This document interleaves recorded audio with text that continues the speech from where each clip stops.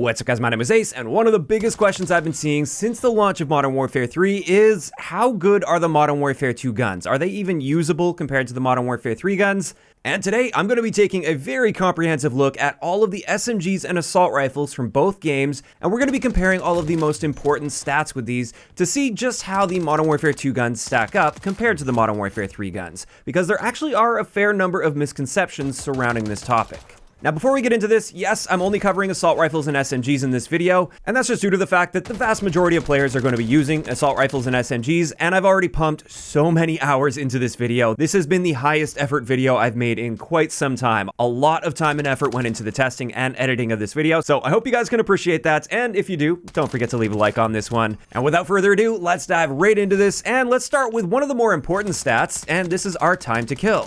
It turns out with the Modern Warfare 2 guns, they did a complete overhaul of their damage profiles. And when we look at our time to kill comparisons on the left here, this is within our maximum damage range, so up close, our time to kill potentials. And on the right, this is in our minimum damage range, so at really long ranges. And as you can see, in that maximum damage range, there's actually a pretty good distribution of those Modern Warfare 3 guns. They're kind of sprinkled in all through that graph, so it's not obvious that they're the best choice here. However, at longer ranges, this is where the Modern Warfare 3 guns, on average, tend to shine. You can see the top 3 when it comes to time to kill are all Modern Warfare 3 guns at long range. Additionally, when you look at our average time to kill potentials, the Modern Warfare 3 guns have a better average time to kill across the board, whether that's close range or longer ranges. The Modern Warfare 3 guns are clearly better on average. Additionally, for our maximum damage range, on average, our Modern Warfare 3 guns are a little bit better than the Modern Warfare 2 guns. However, for the minimum damage range, this is where the Modern Warfare 2 guns have a very slightly higher average than the Modern Warfare 3 guns, although the gap between those is pretty small. So overall, I was a little bit surprised to see there wasn't any massive discrepancy between these guns when it comes to time to kill. But on average, the Modern Warfare 3 guns are going to perform a little bit better than Modern Warfare 2. Next, let's have a look at SMGs, and it's a pretty similar story here as well. On average, our Modern Warfare 3 SMGs are going to be killing a little bit faster up close and at a distance. However, when you just look at the graph for that maximum damage range, 4 out of the 6 SMGs from Modern Warfare 3 are in the bottom half of that graph. So they're not necessarily the fastest killing. The WSP Swarm and the Rival 9 really bring that average up. And also the MX-9 and Hurricane for Modern Warfare 2 are really dragging that average down for Modern Warfare 2. But once again, for that minimum damage range, on average, the Modern Warfare 2 SMGs are going to be a little bit better there at 41.4 meters, whereas Modern Warfare 3 is 36.8 meters. For the maximum damage range, they're very comparable though.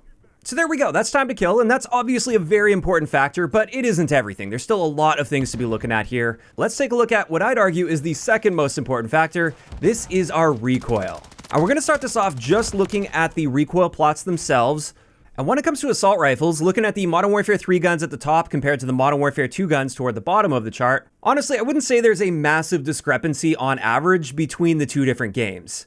In saying that though, something that I noticed with a lot of the Modern Warfare 2 guns is you're going to see a little bit more of that side-to-side bounce. They don't follow that recoil path quite as nicely, and there's also a tendency to see more overall horizontal recoil on the Modern Warfare 2 weapons compared to the Modern Warfare 3 guns, which, at least for many of these assault rifles, they're kicking pretty much straight upwards with very little side-to-side bounce. So at least on average with the assault rifles, I'd say the Modern Warfare 3 guns are going to be a little bit easier to control compared to most of the Modern Warfare 2 guns. However, there are, of course, some exceptions in there. Whereas when we look at the SMGs, I'd say the differences here on average are a little bit more subtle. I wouldn't say there's any obvious discrepancies between the Modern Warfare 3 SMGs and the Modern Warfare 2 SMGs. Although one thing I will point out is for many of the Modern Warfare 2 SMGs, they have pretty harsh zigzag patterns, and you don't see that quite as much on the Modern Warfare 3 guns. Sure, the Rival 9 and the Striker, they have a little bit of a zigzag, but I'd say the Modern Warfare 2 SMGs tend to be a little bit worse with that zigzag. Outside of that though, I wouldn't say there's any significant difference here when it comes to the recoil plots. However, a big problem that many people had, myself included with Modern Warfare 2, is the guns had a lot of visual recoil, where it didn't actually show up in the recoil plots. The recoil plots look nice and accurate, but when you're actively shooting the gun, especially with iron sights, the gun looks like it's bouncing around all over the place. It's really hard to keep track of what you're shooting at, and also there tends to be a lot of muzzle smoke. Whereas with Modern Warfare 3, it seemed like this was cut down quite a bit. So let's just have a look at a bunch of back-to-back comparisons, choosing somewhat similar guns, fading from one to the next, starting with a Modern Warfare 2 gun, then fading into Modern Warfare 3, and just continuing that pattern. If you're paying really close attention, you should notice the Modern Warfare 2 guns tend to have a lot more of that visual recoil. There's a little bit more muzzle smoke, but more importantly, that gun tends to bounce around a lot. The rear sights on the Modern Warfare 2 guns also tend to be a lot more visually obstructive when firing your gun because they're just bouncing around all over the place. So I would say this is where the Modern Warfare 3 guns tend to have a pretty clear advantage still over most of the Modern Warfare 2 guns. Your ability to see and track your target tends to be a lot better with the Modern Warfare 3 weapons. And this is obviously quite an important factor. You may have a fairly accurate gun on your hands, but if you can't really see what you're shooting at as you're shooting, that's going to make it that much harder to actually hit your target. Next, one factor that you guys may or may not have picked up on at this stage that makes for a very clear difference between Modern Warfare 2 and Modern Warfare 3 weapons, this is the reserve ammo that you spawn in with at the beginning of the game. With Modern Warfare 2 guns, you spawn in with the magazine that's in your gun, as well as 2 reserve magazines. At least for most guns. There are a couple exceptions here or there, but for all of the SMGs and assault rifles at least, this is how it works. So if you have a 30-round magazine, you get 30 rounds in your gun and 60 in reserve. Whereas for the Modern Warfare 3 guns, you get 1 extra reserve mag. So in that same scenario, you'd have 30 rounds in your magazine and 90 in reserve rather than 60. Now, does that affect the raw killing potential of your gun in a gunfight? No, but it does affect the versatility of your gun, especially with going on longer streaks, and it may open up different perk or field upgrade setups for you as well.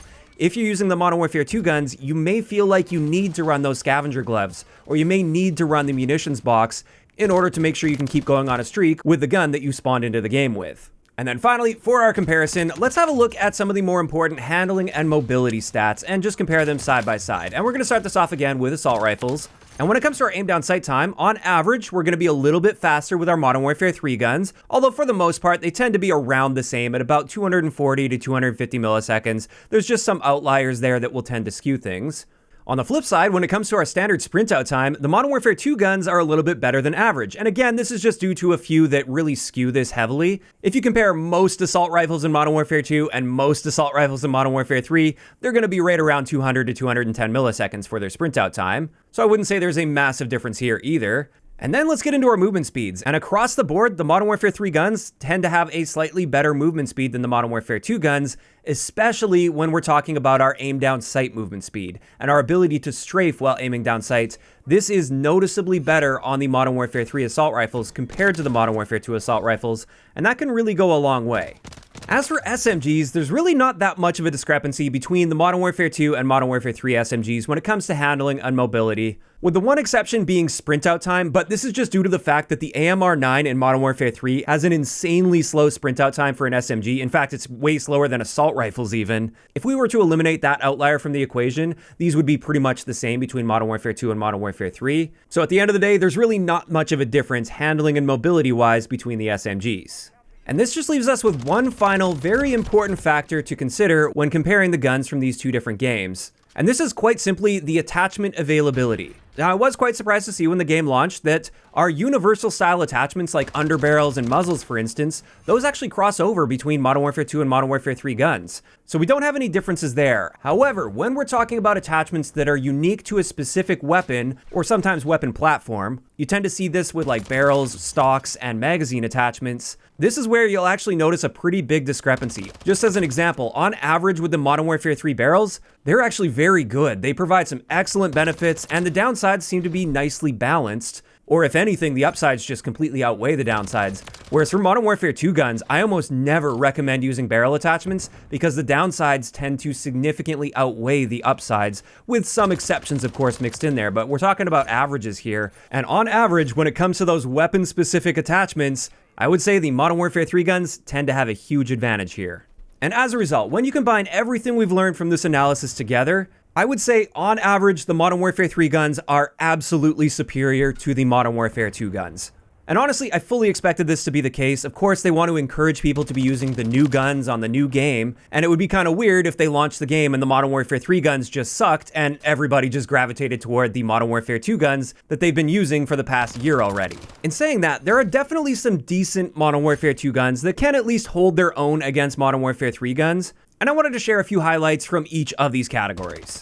For the assault rifles, the M13B is quite a solid choice. It's an accurate gun, it holds its own in the time to kill department, at least in the maximum damage range, and it's got a solid maximum damage range. Then, quite surprisingly, the Lockman 5.56. I think this is quite an underrated option right now in Modern Warfare 3, and you might think it doesn't really stand out. If you look at that time to kill chart, it's not looking very good. The thing with the Lockman 5.56 is if you can mix one single headshot in there, you now get a very impressive time to kill at 249 milliseconds. And to top that off, this is one of the more accurate assault rifles in Modern Warfare 2. It's quite easy to use, and therefore landing that headshot's pretty easy. It's pretty consistent to hit that, and that makes the Lockman 5.56 a very viable choice as well. And then finally, for the assault rifles, take a look at the Chimera. With this, not only do you get a suppressed gun, which is a little bit more powerful in Modern Warfare 3 compared to Modern Warfare 2, you also get an excellent base time to kill to the body up close at 300 milliseconds. That's a little bit above average for the Modern Warfare 3 assault rifles. And to top that off, just like with the Lockman 5.56, mixing just one headshot in there will now cut this time to kill down to 225 milliseconds, which is very, very impressive for this game. So if you really want to use a Modern Warfare 2 assault rifle, I would say those three are the standouts at this point. And then for SMGs, the Vel 46, just looking at the time to kill graph, is obviously the way to go here when it comes to Modern Warfare 2 guns. It is quite an accurate gun. You can make a very accurate build out of this. And with this gun, you don't need headshots at all to get an incredible time to kill. And then finally, for the Modern Warfare 2 SMGs that I'd recommend at least giving a shot in Modern Warfare 3 if you insist on using a Modern Warfare 2 gun, this is the PDSW. Again, this one gives you a very solid time to kill potential to the body, no headshots required. It's also got an incredible magazine capacity by default, which is a big benefit for Modern Warfare 3 with its slower time to kill that will often take you extra shots to kill. And while it definitely doesn't excel toward the longer ranges, if you just keep yourself within those SMG ranges, you should perform just fine with the PDSW.